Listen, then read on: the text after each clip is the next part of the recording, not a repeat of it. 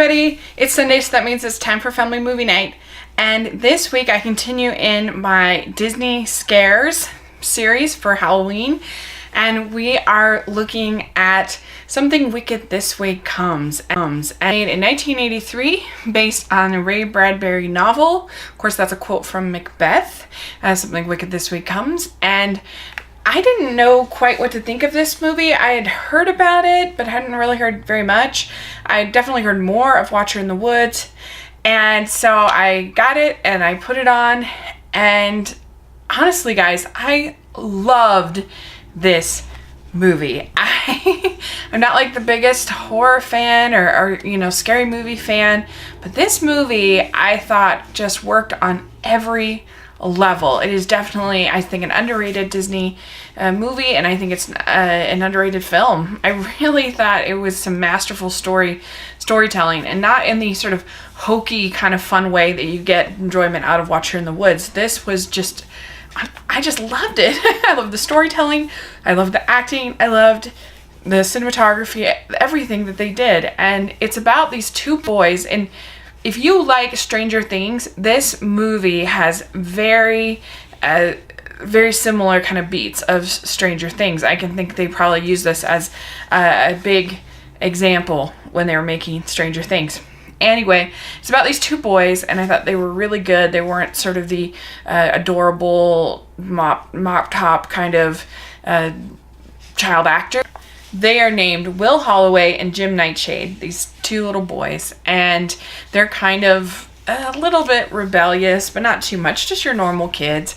And Will's father, played by Jason Robards, he is an older man with his son, and he is full of like insecurities about being older and not being able to play ball with his kid, things like that. And you meet all these different characters, and they each have sort of their own insecurities. There's the school teacher who was once beautiful in her youth. There's the shopkeeper who is missing a limb because of a war, and he used to be the town hero. And so they each kind of have their sort of regrets and their dreams, and you kind of use the boys as sort of these kind of conduits to these various adult characters in a way.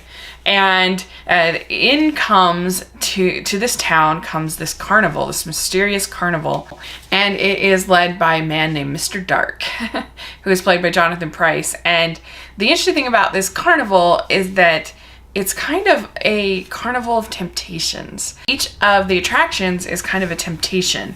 It tempts the participant to engage in it and to participate in it because it will make them more beautiful, or it'll make them or it'll be really fun, or it'll be it'll sort of challenge one of these things, these dreams and these regrets that they might have. Just as an example, there's a carousel, and when you ride the carousel, it'll actually make you age backwards, but there's obviously, of course, a catch.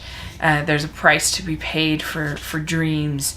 And so yeah, that's what is kind of the setup, but it doesn't have like a big twist like a Shyamalan movie would. It doesn't explain everything like a Burton movie would now.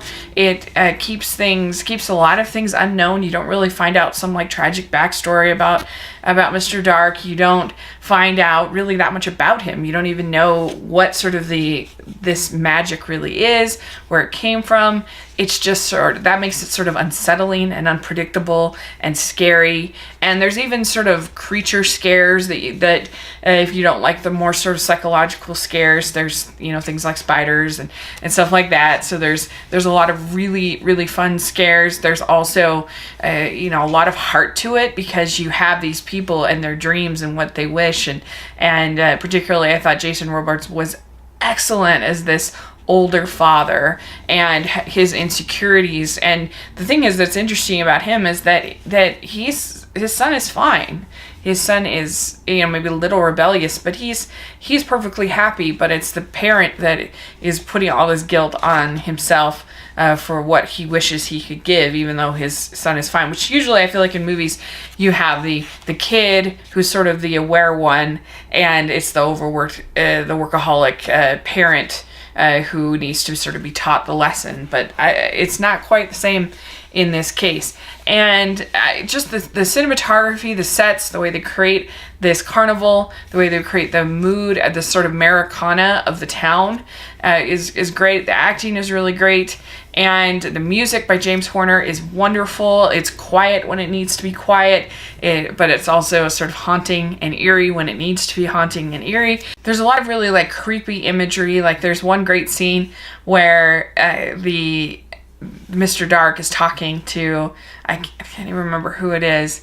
He's talking about the boys and where are the boys, and I think it's the Jason Robards character. I think all of a sudden he goes like this, and the boys' pictures become tattooed onto his hands. It's just super creepy, really effective, and all the performances I really liked. Jason Robards, Jonathan Pryce is excellent as Mr. Dark, and I really liked Pam Grier and Diane Ladd in their roles. They're really good. It's just a really good movie, and I would challenge you to go see it, check it out. I don't want to tell you too much more. I don't want to give it away, but because I want you to have that experience. So go take a look. Something Wicked This Week comes. It is pretty scary, but I don't think it's too scary to watch with your family. And yeah, let me know what you think. And I would give this film an A. I really, really liked it a lot. And so thanks so much. Please subscribe to my channel, and I will talk to you later. Bye.